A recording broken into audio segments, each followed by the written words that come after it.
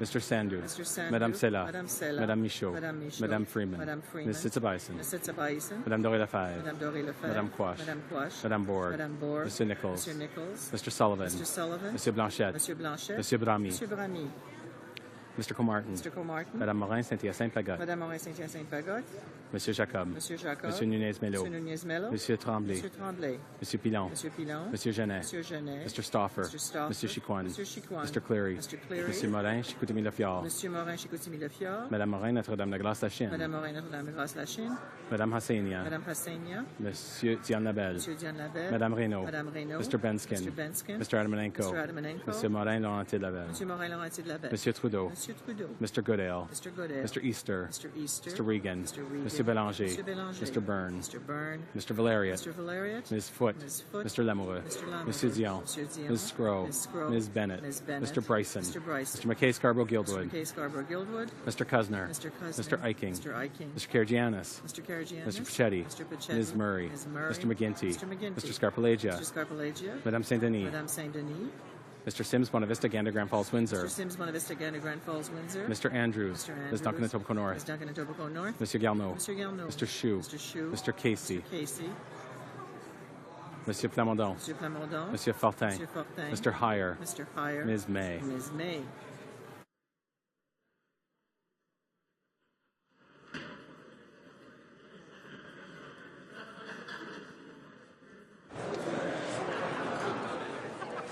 Yeas pour 151, 151.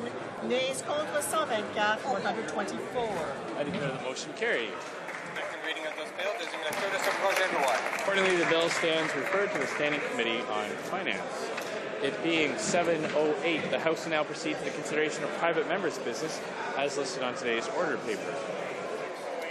Affaire et amendement des députés. Second reading of Bill 525, the Employees Voting Rights Act, standing in the name of Mr. Calkins.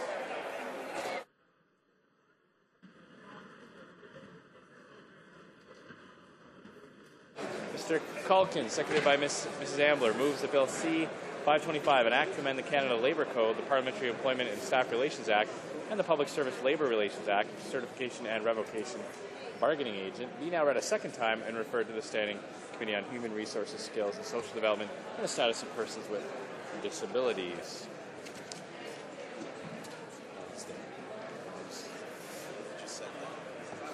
Oh, there he is. Yeah.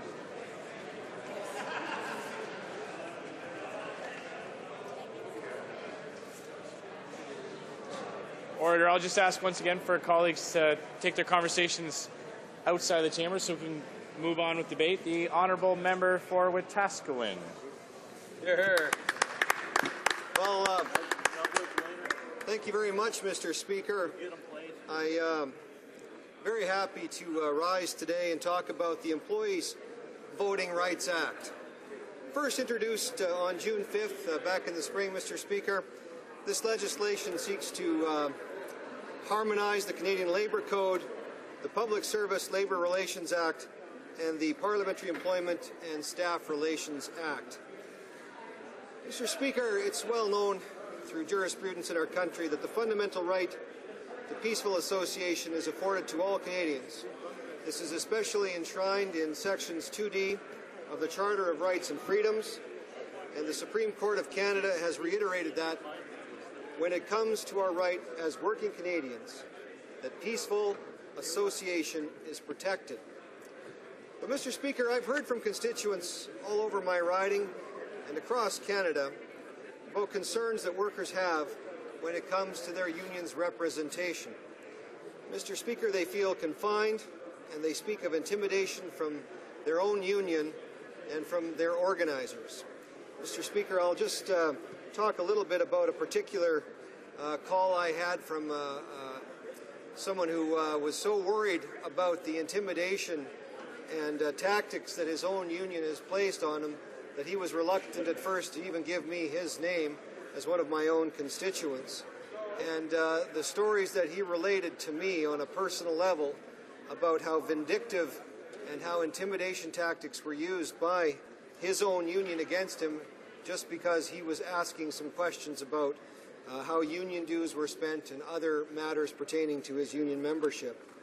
But, Mr. Speaker, the right to peaceful association is granted to workers through the Charter of Rights and Freedoms, but the unmitigated right for which union leaders feel they have to represent a particular workplace is not protected by the Charter of Rights and Freedoms.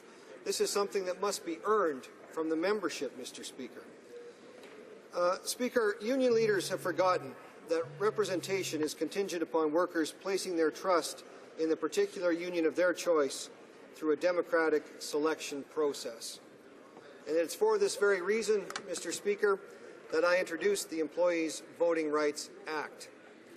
It's time, Mr. Speaker, to put the needs of the boots over the needs of the suits when it comes to workers with respect to their representation. The democratic vote is something that people have fought for centuries, over centuries. Democracy is fundamental, Mr. Speaker.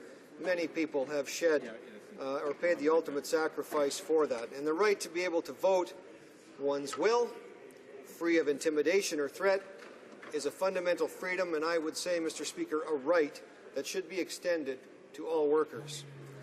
Now, Mr. Speaker, I have a hard time understanding how anyone could be against a mandatory ballot vote. The Honourable Mr. Justice Richards wrote in his recent ruling in the province of Saskatchewan versus the Saskatchewan Federation of Labour that for the majority of, and on behalf of the majority of the Court of Appeals ruling, and he said in his ruling, Mr. Speaker, the secret ballot, after all, is a hallmark of a modern democracy.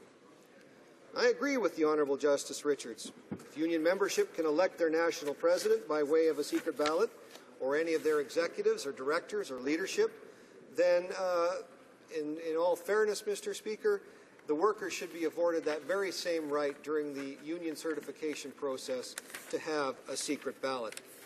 Mr. Speaker, Justice Richards is a very wise man, a pragmatic man. And as he continued in rendering his verdict, he stated that a secret ballot regime does nothing more than ensure that employees are able to make the choice they see as being best for themselves and for their families. Now, Mr. Speaker, this is the essence behind the Employees Voting Rights Act, giving the workers the right to vote, making sure their voice is heard loud and clear in a definitive manner. Mr. Speaker, it's not the responsibility or duty of any legislative body, this House included, to provide a statutory framework that makes certification or decertification with a collective bargaining unit as easy as possible. However, it is the responsibility and duty of legislatures and this House to ensure that the voice of employees are heard in a fair and democratic manner. Mr. Speaker, the Employees Voting Rights Act does just this.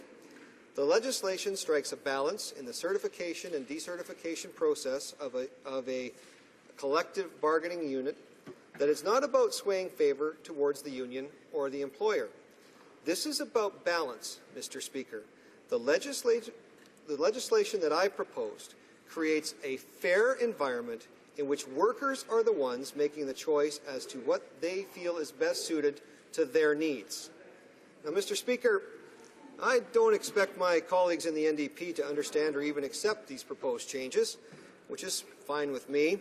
Hardworking Canadian families know the NDP is clearly in the pockets of their big union bosses who want to maintain their stranglehold on workers and muzzle their democratic voice.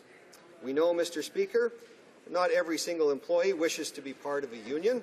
We also know that unions are driven by the need for power. They are furnished with a never-ending stream of monies through the dues which they collect from those hardworking employees which they claim to represent. Now, Justice Rand acknowledged the merits of the secret ballot as a way to counterbalance unadulterated power of union suits. Justice Rand understood the potential for intimidation to be thrust upon workers by those seeking to exercise power or control over them. Now, Mr. Speaker, I've heard loud and clear the positions of the unions. I've read the visceral nature of comments from people who are card-carrying members of the Alberta New Democratic Party that they think and what they think of the Employees Voting Rights Act. And, Mr. Speaker, let me tell you this. I will not be intimidated by union bosses or union organizers.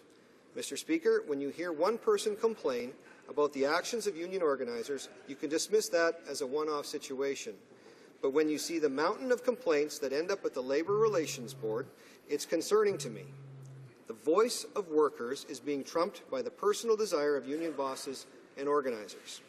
Democracy should not be about suppression, Mr. Speaker. Now, Speaker, the right to peaceful association is one that extends to all workers in Canada, should they wish to have a union represent them or not. The choice is theirs to make and should be theirs to make, and the choice does not belong to the union. The current card check system has its flaws. It leaves open the opportunity for employees to be intimidated and for undemocratic behavior to be conducted. Mr. Speaker, if Robin Benson can be elected as the national president of the Public Service Alliance of Canada through a secret ballot vote, then I'll let the NDP and Mrs. Benson explain why Canadian workers should not have the same right to a secret ballot vote to determine if they want to have a union in the first place. Mr. Speaker, I believe firmly that the provisions included in the Employees Voting Rights Act will bring balance to our labour relations.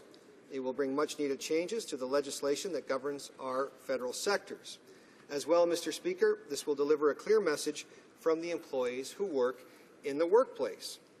I can think of no better uniting force for workers than to have a strong and unified voice, one way or the other.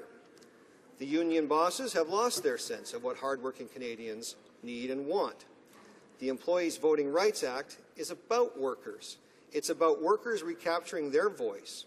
It's about workers being able to stand up and say in an unwavering manner what they, the workers themselves, want, not what the union leadership wants. Make no mistake, Mr. Speaker, unions have a place in our system, but the leadership of these labour organizations have to accept the reality that we live in today. They need not be afraid of these proposed changes. Should the employees in a workplace decide that the service being provided or offered by the union is one they feel is worth the investment, then, Mr. Speaker, they will continue to hold the place they have or gain entry into whichever workplace they are attempting to enter. Union membership, however, is on the decline in OECD countries. And, Mr. Speaker, this is a trend that should alarm union bosses and union organizers. But it seems that they are more content with fighting semantics than embracing the need for change and evolution. They need to accept that they don't have a monopoly on the representation of workers.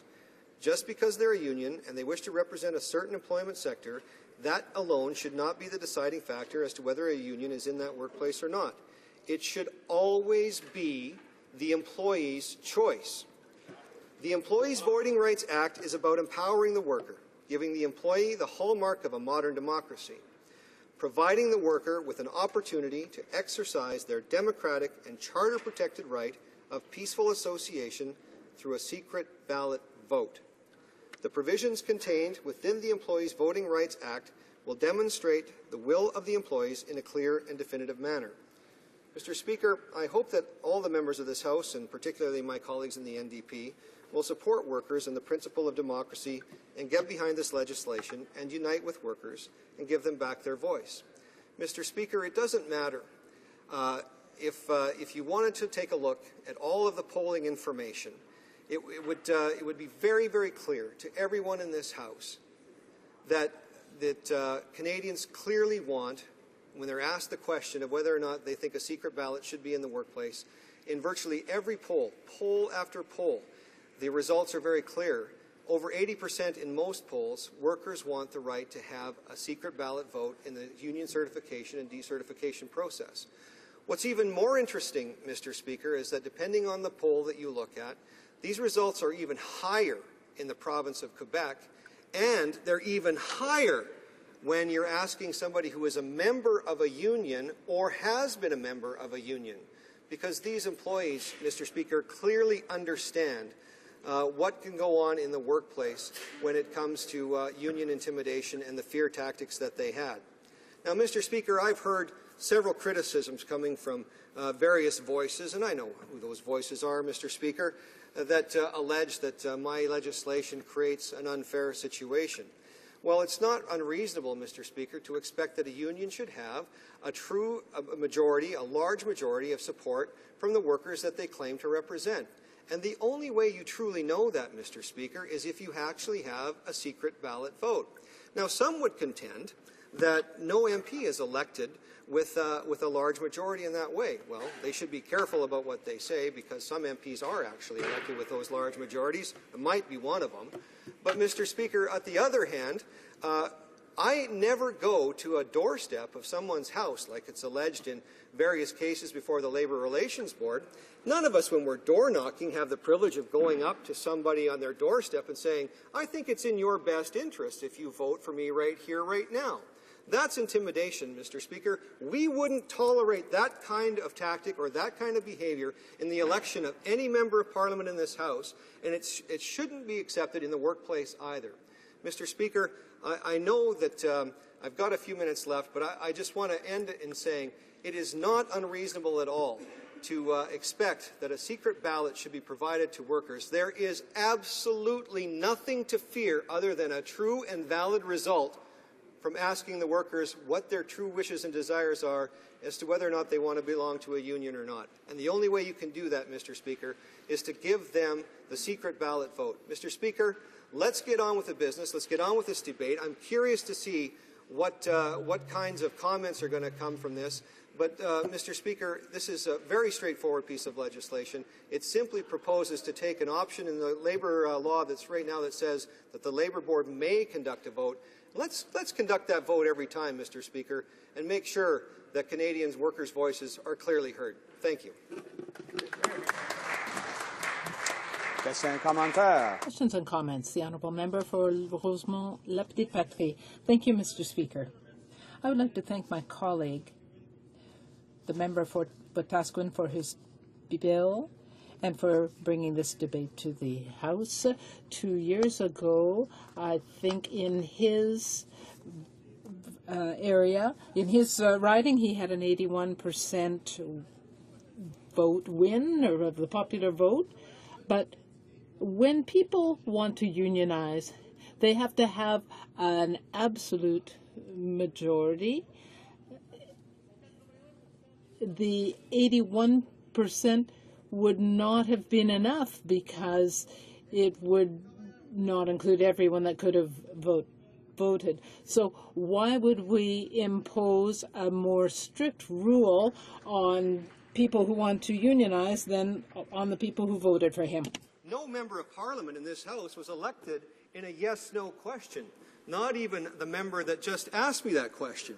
The question on a ballot in a union certification process is yes or no. There's not 5 or 6 candidates vying for a first-past-the-post system that we have here. What is unbelievably or unreasonably expected right now is there are certain circumstances whereby unions are created in this country with less than 50% of the workforce's support. That means that the minority of workers in that workplace have their will imposed on the majority of workers in that workplace. In a union certification process, if the union membership can convince the members to sign 50% card check, why on earth can't they do it at a secret ballot? What have they got to be afraid of? Good. Questions and comments. The Honourable Member for Cape Breton-Canso. Thank you very much, Mr. Speaker. I appreciate the opportunity to ask a question to my colleague. To change provisions in the Labour Code it's fairly significant to make substantive changes, which this is. So I would think that there'd be a fair amount of documentation on the rationale behind the purpose of this legislation. Very strong accusations about intimidation by union leaders and union organizers. I'd ask my colleague, in this day and age where everybody is so hypersensitive about, harassment charges, give us an indication the total number of charges that have been laid against union officials for harassment, or could you give us the number of files that have been before the Labour Relations Board with regard to such actions? The Honourable Member for Wetaskiwin. Mr. Speaker, the honourable member has the same privileges that I do as a member of Parliament. He can go ask the Industrial Labour Relations Board this question himself. But I've got lots of cases that have piled up. There's cases in the media. I'd be more than happy to talk about it. In fact, Mr. Speaker, I could table the document right now if I had all party support to do it, cited as Fabricland Pacific, between Fabricland and the International Ladies Garment Workers Union, local number 287, in which the individual here claims just that people show up at her place during a union certification drive demanding that they do sign the card check. Mr. Speaker. Now, I understand that my Liberal colleague here, who is the critic, I think, on the Labour file, if I've got that right, is asking this question. So let's debate it. Let's have that discussion. If he's got some different ideas as to how we can improve the legislation, I would be willing to listen to what those happen to be.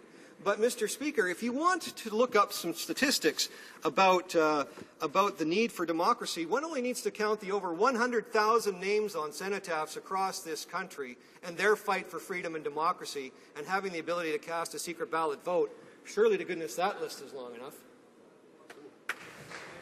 We have time for one more question and response. Questions and comments. Questions et commentaires. The honourable member for York South Weston.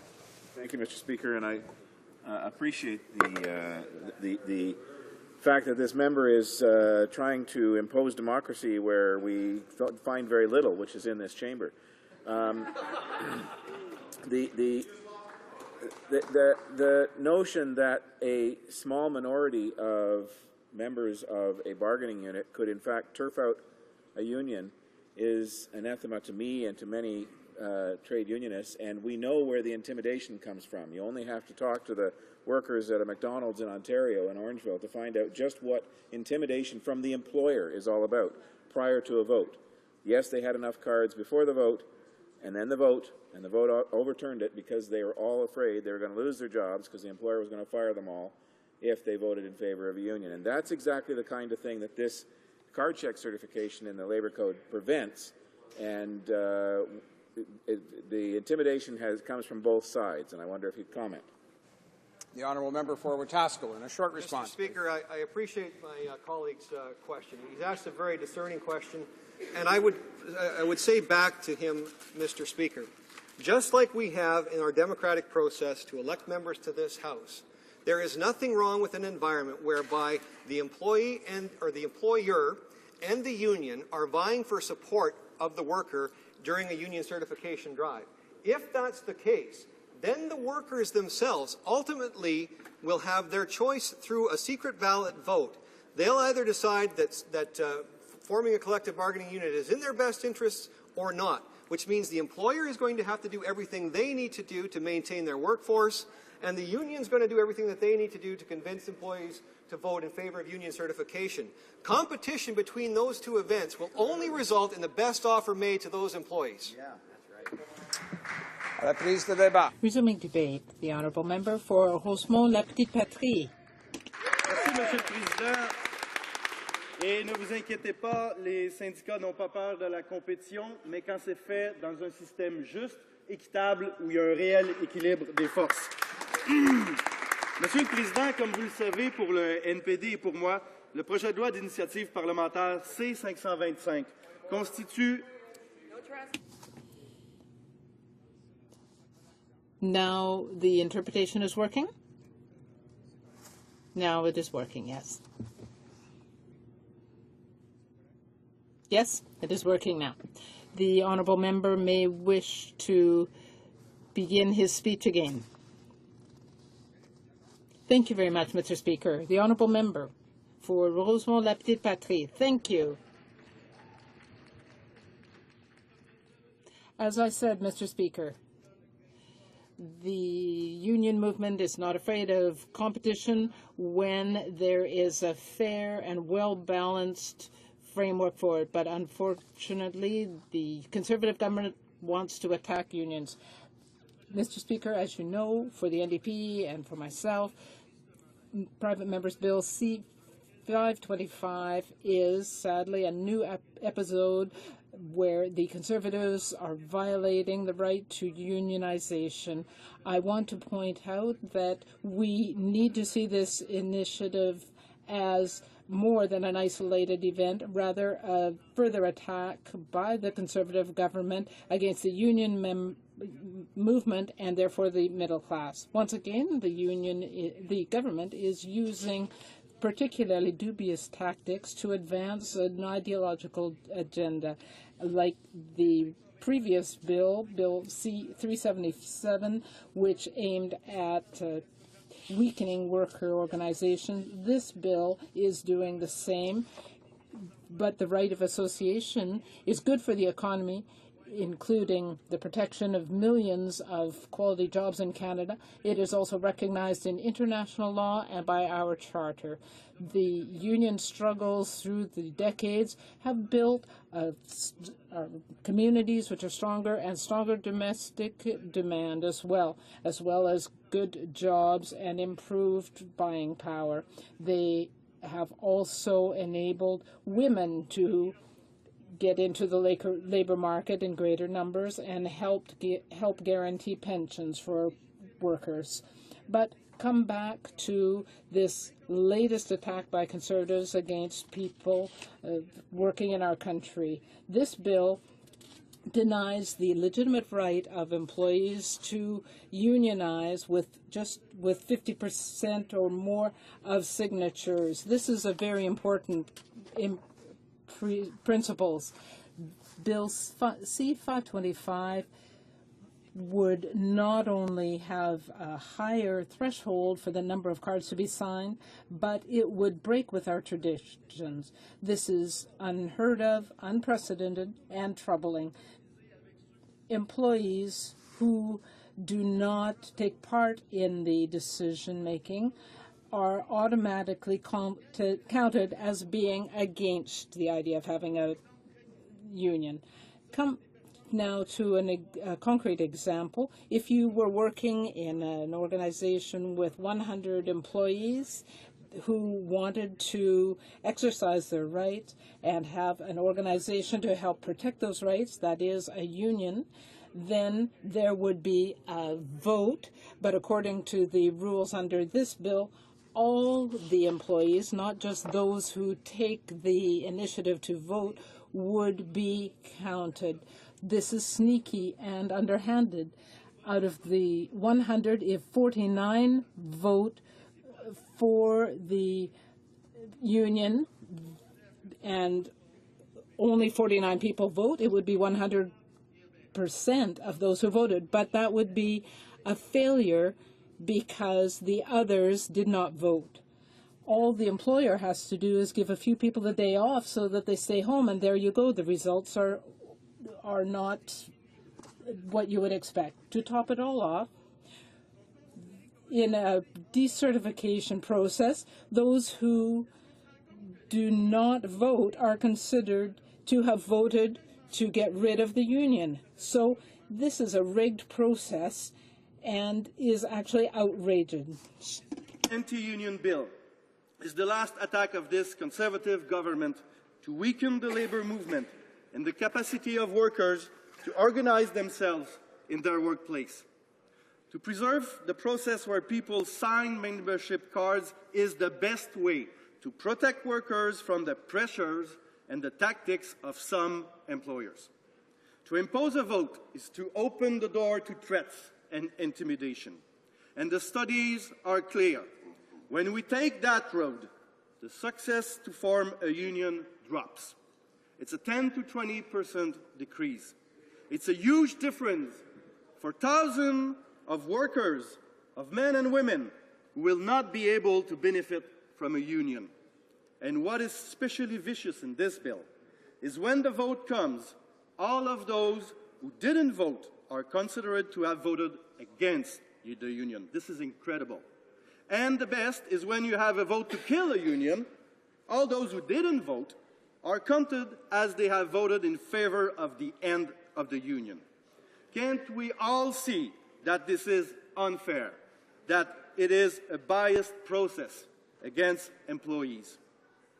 One has to wonder why the Conservatives want to bring in such a system for employees under federal jurisdiction. Every province that has adopted this method has seen negative impacts. In Ontario, when similar legislation was passed in 1995, the number of accreditation applications dropped by 40%, and the percentage of success dropped to under 50%. And the same happened in British Columbia at another point. If the Conservatives are saying that they want to work to help the economy, they are not thinking about the middle-class workers in doing so. Once again, they have chosen the interests of businesses over those of ordinary people. Conservatives want to make us swallow the idea that there would be no impact on the ability of Canadians and Quebecers to join a union or create one. But this is false. When you have Walmart and Couche-Tard, which is a company in Quebec that has no unions, there's a good reason. They are ignoring what's happening. If you take even the slightest interest in the academic literature on this subject, you will see clearly the negative effect.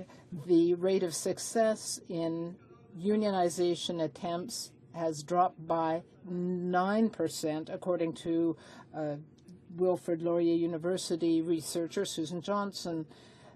The member for Wetaskiwin certainly has not looked at the studies, because if he had done so, he would have understood that the current accreditation method, by using membership cards, reduces unfair and dishonest techniques that might be used by employers. 50% fewer employers try to have anti-unionization campaigns with the traditional method. And this means a better work climate and more respectful relations. But if we open the door to the use of threats or potential punishments, loss of jobs, or other scare tactics, this will not be useful. The time between the accreditation application and the vote is a key time. The longer this period lasts, the more employers tend to take action and to try to negatively influence the opinion of employees. It is clear that this bill will go further than we can even have thought possible. We have to think about what we want as a society. Do we want a more egalitarian society like we have always had in Canada, or more like the American model? It seems that this government has chosen this bill, like the previous bill, shows clearly that the Conservatives want low-wage jobs and workers to be at the mercy of employers. But I think that the NDP will defend workers always. Oh. Sorry. Okay. Il devrait plutôt chercher à faire en sorte de renforcer nos communautés et non s'attaquer aux quelques acquis de la classe moyenne. Il est cependant malheureux de constater qu'après avoir échoué à relancer l'économie, les conservateurs abdiquent sur la création et le maintien de bons emplois. Avant de donner la leçon de démocratie aux travailleurs, les conservateurs doivent faire un petit travail d'introspection. Les gens se posent de sérieuses questions sur votre manière de gérer l'État, sur la fermeture de Parlement ou sur les scandales. Order, please. L'honorable député de Wetaskiwin. The honourable member for Wetaskiwin, on a point of order. I'm getting the translation now, Mr. Speaker. I wasn't getting the translation. I'm most interested in what my colleague has to say. Okay. Okay, the interpretation was not working. You have about 1 more minute for your speech. You could give us your last page. If the government, Mr. Speaker, really wants to do something to help the labor market and families' living conditions, it needs to protect employees' rights, it needs to strengthen our communities and not attack the few gains that the middle class has made. It is unfortunate to see that after failing to help the economy, the Conservatives are abdicating the preservation of quality jobs. They have failed lamentably. Before giving any lessons in democracy to workers, the Conservatives need to think about what they are doing. They are closing Parliament and trying to stifle people's right to speak, but workers in this country know that they can count on the NDP to protect their interests. In 2015, we will certainly form a new government that will respond to people's interests. Our apologies to all honourable members for some of the audio difficulties we experienced with that. We're resuming debate. The honourable member for Cape Breton, Canso. Thank you very much, Mr. Speaker. A big fan of mine, the member from Charlottetown, Mr. Speaker. Mr. Speaker, the bill we debate here today, C-525, is yet another piece of conservative anti-labour legislation that will be used to try to turn back the clock on labour relations in this country. Both myself and my party oppose this legislation as written. I want to talk today about why this bill is bad labour relations legislation, why it's undemocratic at its core, and why it's not needed and simply a solution in search of a problem. Mr. Speaker, the decision by the House to either pass or defeat this bill will come down to whether we believe it upholds the principles inherent in making good labour laws through a legitimate process, a process that's driven by groups directly affected, employers and unions, through a real, consultative and consensus-building process that's based on the principles of balance, fairness and mutual respect. I remember back the last bill that we had, almost no Conservative members in the House stood for the principles in another anti-labour Conservative bill, Bill C-377, that was passed in this House earlier this year. It took a small group of Conservative senators, led by Senator HoC, to stand with all my Liberal Senate colleagues to oppose this bill in the Senate. Today, and in the coming weeks as we debate C-525, I ask my Conservative colleagues opposite to have the courage to uphold these principles. I ask that they base their decision on what's right, not what they're being told is right by the Prime Minister's office.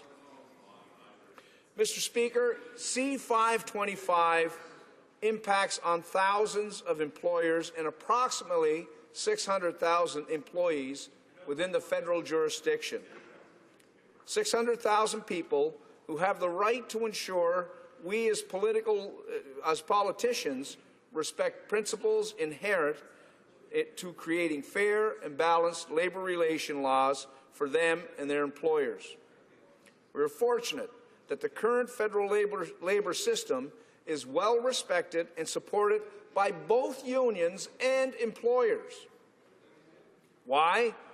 Because it's a result of a genuine and proven consultative and consensus process that's been followed for decades for amending the Labour Code.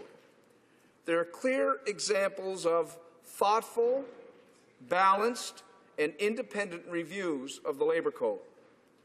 The last major consultative review of the Labour Code occurred in 1995, and the subsequent report, Striking a Balance, is authored by Andrew Sims. The Sims report was led by a three-person panel of highly regarded neutrals and involved 7 months of research and consultation. In that report, Mr. Sims outlined the guiding principles that served the review, including that the existing Canada Labour Code basically continues to serve its constituencies well, that stability is desirable and pendulum-like changes to the code do not serve the best interests of the parties or the public. And finally, that consensus between the parties is the best basis for advocating legislative change. Basically, Mr. Sims said that if the labour laws are to be changed, it should be changed first because there's a demonstrated need due to the legislation no longer working for serving the public's best interest. Or second, it should be changed on a consensus basis. I asked the House whether it believes C-525 meets these criteria or is based on those principles that employers and unions currently respect and agree upon. The Sims report went on to talk about the dangers of politicizing labor laws. And I think that's what we're seeing here, Mr. Speaker. And I want to quote from the Sims report. Throughout, and to quote, throughout our deliberations, we heard both labor and management comment on the need for stability in our labor legislation. Both sides were reacting to what they view as excessive experimentation in the labor law reforms of a number of provinces. Some would push the pendulum one way, some would push it the other way. However, the concern identified by both sides is that the pendulum should not be pushed too far or too frequently. To do so destroys the predictability and underlying credibility upon which an effective system depends." End quote. The Sims report was a true consultative review of the Labor Code. Can anyone in this House say the process we are following that would make a significant change to the Code is either thoughtful or balanced and based on the wishes of the people affected? In order for labor legislation to be effective, it must be driven and implemented by the stakeholders, including employers, unions, and the government, through a real consultative process, not by private members' bills that are based solely on political motives. The question has to be asked, who do we think is driving this bill? Who do we think is driving this bill? I've talked to labor groups like the CLC and employers groups like FEDCO, and I can tell you it's neither of those groups. They believe both saying that the way to make changes to the Labor Code is through consultation and consensus. So who's driving the bill if not the two direct parties that are involved in this? The two parties whose lives will be changed. Obviously, those people who care little about employers, those who care little about unions in the federal sector, neither want. If my Conservative friends don't listen to me, I hope they'll listen to people who are directly affected by this legislation. Because make no mistake, Mr. Speaker, C-525 makes a substantive change to federal labor laws. It fundamentally changes the rights of workers to how they can unionize, replacing a card check system with a mandatory vote system. But not the standard vote system, used by a number of provinces where a union needs only 50% plus one. No, instead their grossly undemocratic process that would count anyone who did not vote as saying no. What democratic principle is this based on? Mr. Speaker, their true intentions could not be further from hollowed words that they've expressed. Let's be frank, it's about one thing and one thing only: discouraging unionization, plain and simple. C-525 would change the rules for forming and dissolving a union from a majority process to a minority-driven process, making certifying unions more difficult while decertifying unions more easy. The past decades have witnessed much progress in striking a balance between unions and employers. One of the main reasons of that improvement is labor law, in particular the Canada Labour Code. Have we done this within the Labour Code?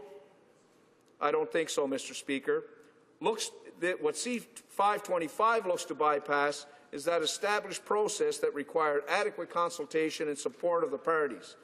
C-525 is not wanted by unions or employers in the federal sector.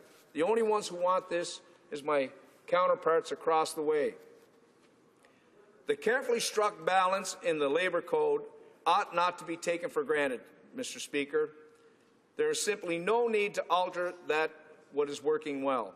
I challenge the government, I challenge my colleagues across the way to have the courage to stand up for consensus, balance, and fairness and vote against this bill. Thank you very much. Resuming debate, the Honourable Parliamentary Secretary to the Minister of Labour. Thank you, Mr. Speaker, and it's a pleasure to speak today about the Member of Parliament for Wetaskiwin's Private Member's Bill, the Employees Voting Rights Act. And of course, this bill aims to amend the rules for union certification and decertification in federally regulated workplaces to ensure that all individuals have access to secret ballot voting. I commend my honourable colleague for raising and pursuing this issue. And of course, democracy is fundamental to Canadian society, and all employees should have the right to vote on whether they wish to form a union or not. Canadian labour laws are in place to protect the rights of workers while ensuring a fair and productive workplace environment for businesses to maximize Canada's economic potential. One of these rights is to join, again, or not join a union and participate or not in the collective bargaining process. In Canada, including provincial and federal jurisdictions, about 30% of the workforce is unionized, which includes occupations like transportation, manufacturing, miners, electrician, and workers in other construction trades. It also includes professionals such as engineers and nurses and employees in federal, provincial, and municipal public administrations, schools, and hospitals. All in all, there's about 4 million unionized workers in over 100 different unions. Some workers are of the view that unions help them negotiate collective agreements with their employers, protecting them against what they feel are arbitrary changes in work rules, discrimination, unfair treatment, and unequal pay for similar work. And of course, obviously, others are flat out opposed to unionization. What both of these groups of workers have in common is they do have a right and a freedom to choose, or again, to not choose to be part of a union. Mr. Speaker, this bill is designed to extend that principle. It would help ensure that all employees would have the opportunity to express their wishes about forming or decertifying a union. Currently, a card check system can be used to form a union. If the majority of employees sign membership cards, they can automatically be certified as a union. When the level of employee support is insufficient for automatic certification, but meets a minimum threshold, for example 35% under the Canada Labour Code, the Labour Board conducts a vote to determine employee support for a union. If the majority of employees casting ballots support a union through this vote, the union can be certified. So, for example, under our current system, if 11 out of 20 employees sign a union membership card, the remaining 9 individuals may not be asked to sign and may not even be aware that their colleagues want to form a union. That's right. And yet they could be automatically unionized. This means that in many cases, unions can be certified without giving all employees the opportunity to express their wishes. This bill proposes to eliminate automatic certification and use mandatory secret ballot votes to certify or decertify a union in all cases. This would make votes no longer the exception, but it would be the rule for certifying or decertifying unions. The Employees Voting Rights Act would ensure that all employees have the opportunity to express themselves by secret ballot vote when considering whether to certify or decertify. And I think, Mr. Speaker, we've heard a lot about, employers and intimidation, or the unions and intimidations, and employers and intimidation. But what no one has talked about, and what was my own individual experience, was it was a good workplace. They had been in operation for many years. The situation was changing in terms of a reorganization, and there was a debate going on. And obviously there was people that felt very strongly. It was a small group. It was a group of about 25 employees. And they needed to be able to, it had nothing to do with the employer. It had nothing to do with any kind of intimidation.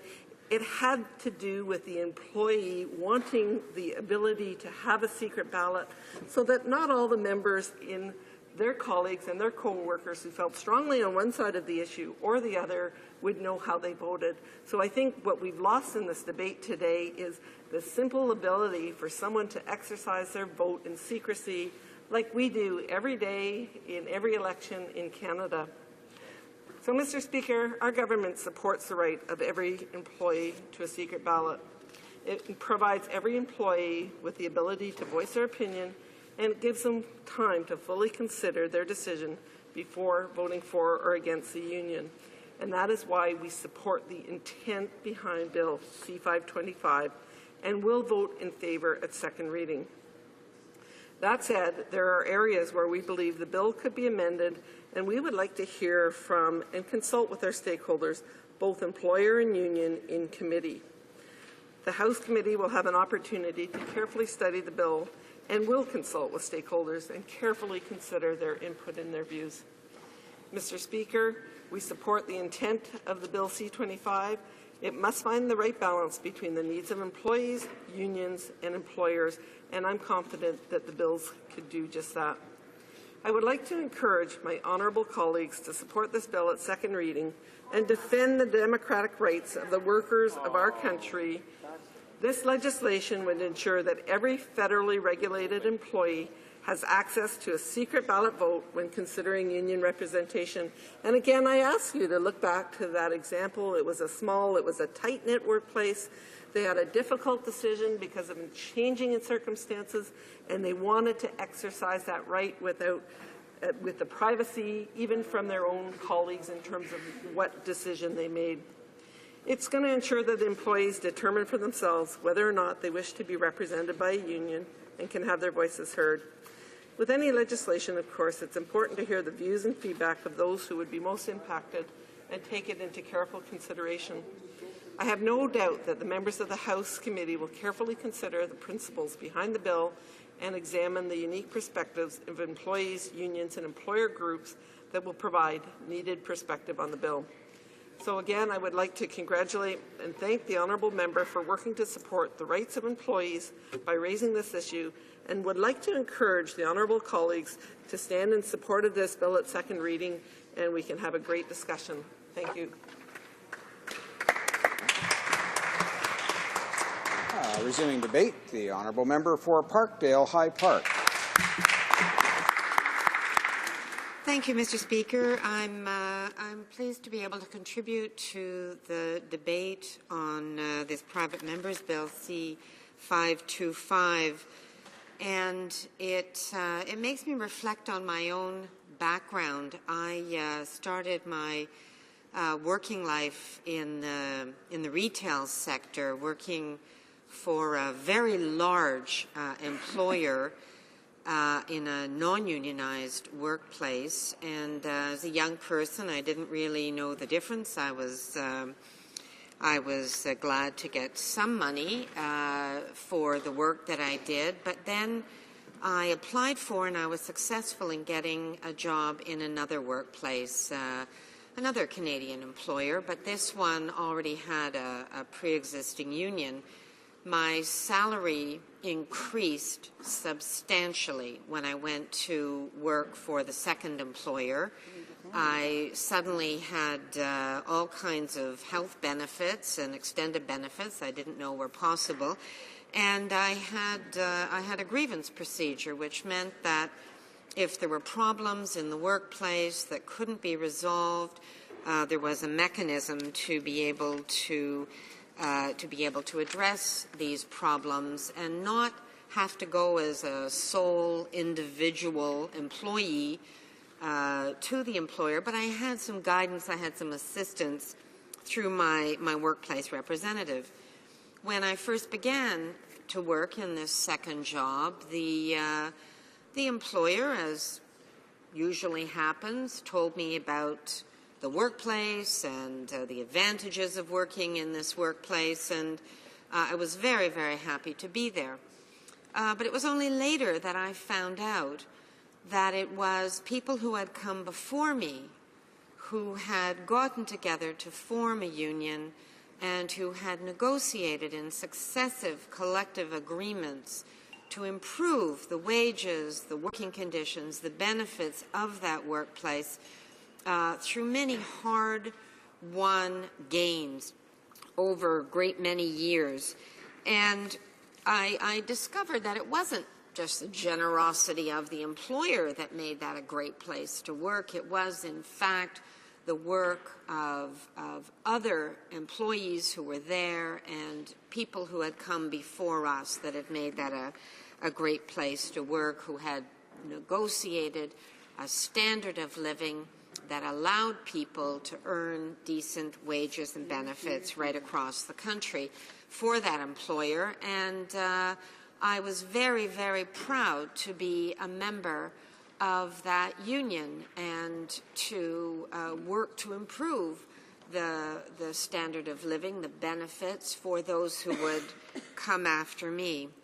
Now, with this private members bill, what the honourable member opposite would do is bring the weight of the law down on the side of the employer. It would take that collective bargaining scale and it would further tip it towards the advantage of the employer and make any improvements in the workplace so much more difficult for working people, and make it that much difficult for them even to get a union. The member in presenting his bill had talked about democracy, and yet he sees no contradiction that this would in fact disenfranchise so many working people in the federal jurisdiction across this country. I find it absolutely shocking that he would stand there and talk about democracy when he's going to erode and undermine the democratic rights of so many working people in the federal jurisdiction. Because let me explain, this bill, what it ultimately does, it changes fundamentally the voting process so that when working people are deciding whether to join a union or to cease to belong to a union, the votes that will be counted are all of those in this group of workers, even those that choose not to participate in the vote. In other words, if you don't vote, your vote is always counted against the union. In other words, it's a process for the employer of heads they win and tails the workers lose. So it would be weighted disproportionately in favor of employers, and that would make it almost impossible for working people to form a union or to keep a union where there is a decertification vote. Now, as my colleague has just said, Bill C-525 sets the bar so high for workers to join a union that the sponsor of the bill, who won in his own riding by over 80% of the vote in the last election, could not get elected under these rules for union certification. In fact, not a single member of the governing party would be elected under these same rules. So it is clearly hypocritical, it's clearly unfair, it's clearly designed to undermine the ability of working people to decide to have a collective voice to negotiate on their behalf and to represent them in the workplace. Now, it's being asked of the member opposite, who has he consulted with in presenting this bill, which would fundamentally and radically change the system of labor relations in this country? Who has he consulted with? And he could name no one. And yet, clearly, this is a bill that the government seems to throw its full weight behind. But it's not surprising that there has been a lack of consultation. That's been the hallmark of this government, and it's also been their hallmark to try to impose their radical changes on Canadians, whether it is omnibus budget implementation acts, and they've just introduced the fourth of their mega bills into this House, which throws everything in but the kitchen sink and changes a massive number of laws all in one foul swoop without adequate consultation, or whether it is bringing in closure in this House and stifling democratic debate on a record number of occasions. What their desire to do with this bill is, in fact, to stifle democratic debate and democratic participation in our federal jurisdiction workplaces. So it does seem to go hand in hand with their standard procedure. Ultimately, what they'd like to do is see a decline in union representation federally in this country. And I think what Canadians will very quickly see, Mr. Speaker, is that as we've seen in the United States, this will be an attack on middle-class living standards in this country as working people will earn less, they'll have fewer rights in the workplace, less democratic input into the place where they spend most of their lives, which is the workplace. And so it will undermine middle-class standard of living. It will increase inequality, and it doesn't have to be that way. If you look at some of the most productive, some of the most competitive countries in the world, you can look at some of the Scandinavian countries, countries like the Netherlands, like Germany, the powerhouse of Europe, that have incredibly high levels of union representation. And what that means is employers and employees sit down together and they negotiate. Everyone wants the workplace to do well. It wants the company to succeed, for working people to have their fair share. That's what union representation is about. I see my time is up, Mr. Speaker. I thank you for the opportunity, and I say shame on the government if they pursue this anti-union, anti-worker, anti-middle-class agenda. We won't stand for it on this side of the House.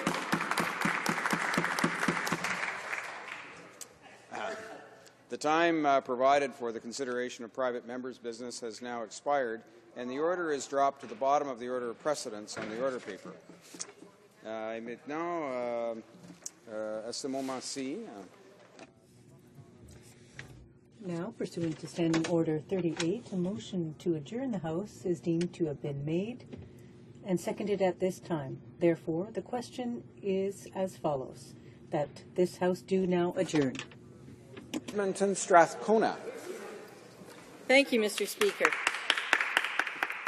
And as my colleague before me said, thank you very much for affording me this opportunity. Mr. Speaker, I put a question to the Minister of Transport some days back, and the concern was with the growing concern with rail disasters and the failure of this government to assert its powers to intervene and prevent these incidents. Great concern that apparently reportedly over 3,000% increase in dangerous rail traffic. The minister responded, Mr. Speaker, by saying that the health and safety of Canadians was a top priority, and then cited a statement by the President of the Federation of Canadian Municipalities endorsing the actions taken by the government. Mr. Speaker, I think it's really important here to clarify that indeed, as I understand, the President of the Federation of Communities did thank the minister for suggesting that they would require increased insurance in the case of disasters. But in fact, the Federation of Canadian Municipalities have called for preventative action to prevent further incidents, not simply action after the fact, and in fact have called for 3 specific measures: equipping and supporting municipal first responders to rail emergencies, ensuring federal and industry policies and regulations address rail safety, and third, preventing the downloading of rail safety emergency response costs to local taxpayers. In fairness, they did say that they look forward to working with the Minister of Transport to deliver concrete reforms, which they are still awaiting. Mr. Speaker, what deeply troubles Canadians is sadly the response by this government to tragedies such as Lac-Mégantic and additional rail disasters is seriously inadequate. The situation in Canada is that the federal government has unilateral jurisdiction over rail, and therefore Canadians wait for them to take action. They can't turn to their provincial jurisdictions. And the focus has been only on after the effect instead of prevention. For example, measures to deal with insurance after the fact if there's a serious incident.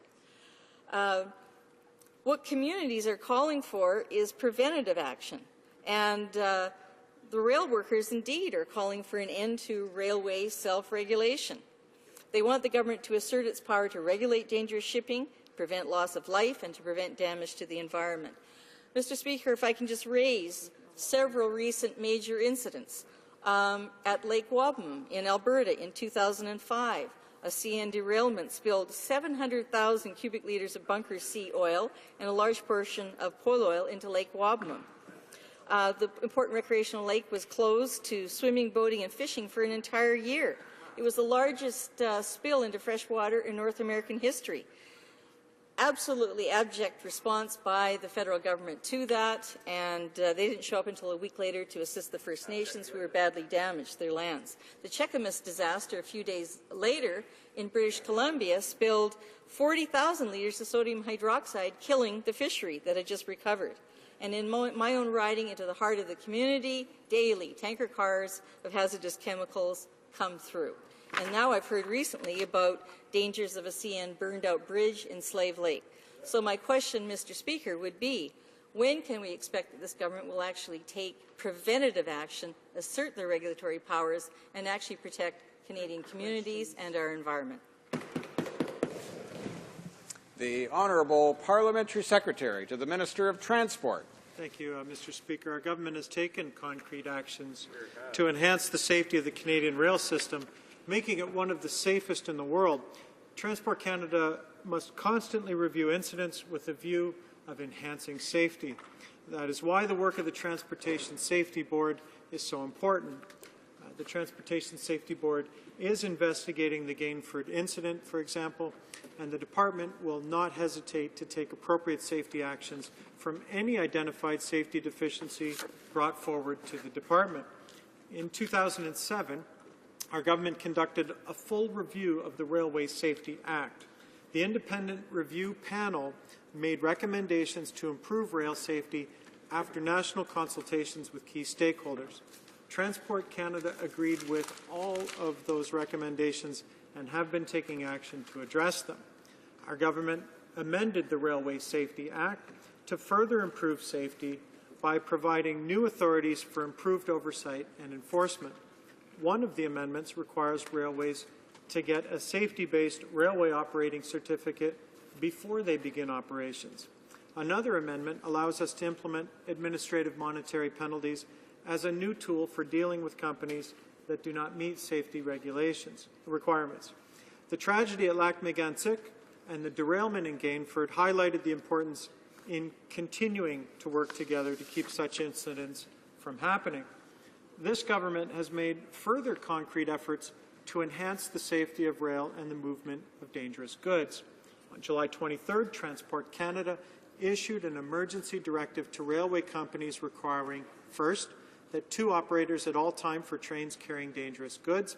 Second, no trains transporting dangerous goods to be left unattended. Third, all cabins must be locked. 4, all reversers removed from locomotives. And 5th, ensure that all brakes are properly applied on all locomotives. The department also issued a ministerial order obligating railway companies to develop rules to comply with these requirements permanently. In the aftermath of these events, the minister has also spoken with many groups to determine how they could strengthen railway safety standards. Transport Canada will continue to cooperate and work with industry and communities to identify further measures to improve safety for all Canadians. The approach has been warmly accepted and lauded by such groups as the Federation of Canadian Municipalities. To emphasize the importance of transportation safety, the speech from the throne noted 2 important actions. First, that shippers and railway companies would be required to carry additional insurance so they are held accountable. Second, Transport Canada would take targeted action to make the transportation of dangerous goods safer. On the second point, the department issued a protective direction in October requiring parties who import or offer for transport crude oil must retest the classification of crude oil if that classification test has not been conducted since July 7, 2013. They must also make those test results available to Transport Canada and update their safety data sheets and provide them to Transport Canada's Canadian Transport Emergency Centre. And finally, until such testing is completed, they must also ship all crude oil as Class 3 flammable liquid packing Group 1 when shipping by rail. In short, we're continuing to take action to improve Canada's rail safety system. Since the 2007 Review of Railway Safety Act, train accidents have actually decreased. The Department's continued actions will continue to reduce the risk of accidents, enhance competitiveness of our nation's railways, and increase the public safety of Canadians. Transport Canada remains dedicated to keeping Canada's transportation system safe and secure, Mr. Speaker. Honourable Member for Edmonton Strathcona. Thank you, Mr. Speaker. Well, Mr. Speaker, I'm afraid to have to reiterate again. We appreciate that the government has taken some actions. Regrettably, it is by and large after the fact. More than half a dozen measures that the Transportation Safety Board had directed should occur 2 decades back have still not occurred. I don't have time to limit all of them, but I encourage the government to go back and look at the many reports of Transportation Safety Board done after the fact. What Canadian communities are calling for is this government to use its regulatory powers. Why regulatory powers and not emergency orders? Because regulations require that there actually be consultation with the communities that are impacted. And so what Canadians, including the Federation of Canadian Municipalities, are calling for is that the government actually assert its regulatory powers, consult with the municipalities, and come forward with a concerted regulatory agenda to avoid these serious accidents into the future. Thank you, Mr. Speaker. The Honourable Parliamentary Secretary.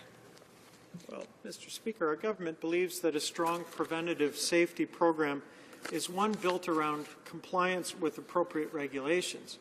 That is why our government has taken concrete measures to enhance the safety of rail and the transportation of dangerous goods, so that accidents such as the one in Gainford and the tragedy at Lac-Mégantic are not repeated.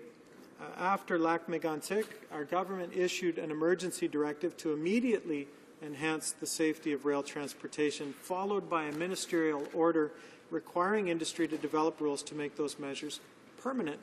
The Department issued a protective direction requiring a person who imports or offers for transport to retest the classification of their crude oil prior to transport. We are working closely with industry, with first responders, and communities to identify additional measures to enhance the safety of rail transportation and the transportation of dangerous goods.